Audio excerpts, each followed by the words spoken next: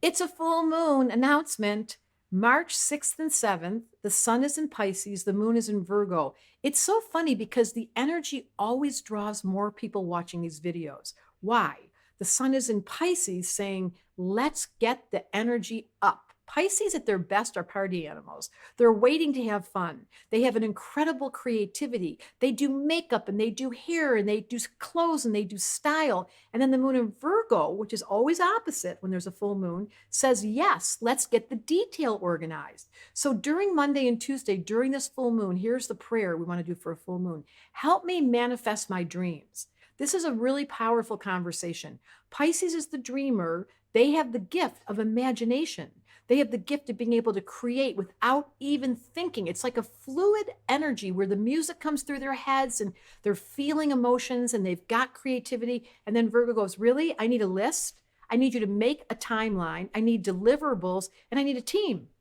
So if you're waking up on Monday morning, March 6th, and you have a project, this is a full moon that you'll remember. This is part of what full moons are. You do a prayer, you get really deliberate, and you say, I am ready to manifest, because I can remember during my full moon in Pisces last year what I was doing, which is tell me a story. I created a project where someone comes with their story, and then the full moon in Virgo said they'll write it.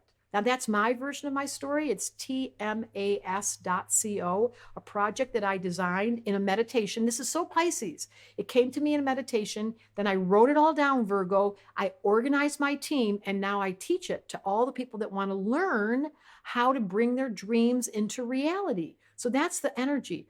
The moon in Virgo is opposite Mercury, the sun, and Neptune in Pisces. That is a very strong practical manifestation. You know what it's called? The practical dreamer.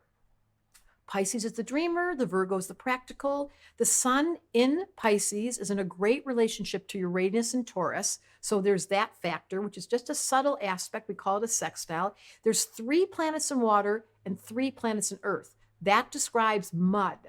That's what I'm talking about. How does manifestation happen? You put together your practicality. You start with the dream. Everything starts with the dream. Let's get clear. This entire reality, you were once a dream in your mom's eye.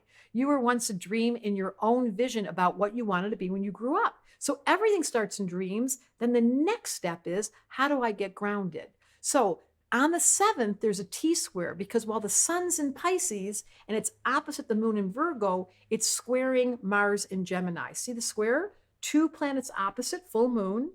Mars squaring it, and the whole thing releases in Sag, which is being really blunt with yourself. If a baby were born with this, they would have an incredible, like, mutable energy. When you see mutability, Pisces, Virgo, Gemini, you know they're slightly nervous. That's what mutable is. They change all the time. They're creating ideas. This is Pisces, Virgo. They change their job. They change their location. They can't do things for long. Very different than a fixed personality type. So all this mutable energy during a full moon and the T-square releasing in Sag, let's see, where would I like to go?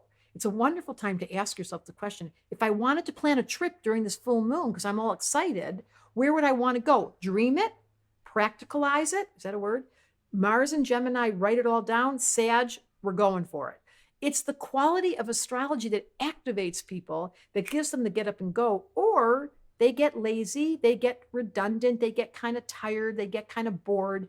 And when that's happening, you have to ask for help. And you know my website, deborahsilvermanastrology.com, where you can find an astrologer to say, I knew there was a full moon. I knew I was supposed to be dreaming, bringing it down. I knew there was a T-square on the 7th releasing in Sag to start thinking about travel, but I don't have the money. Oh, well, then I have to create a new dream. That's the point of the exercise. All the difference between successful people and unsuccessful people is the unsuccessful dream and don't follow through, and the successful ones make the moon in Virgo, the big fat moon in Virgo, results. And that's what this is about. Astrology Answers wanted me to tell you, if a baby were born with this flavor, they would be a very mutable, changeable character who knew how to bring it down to earth.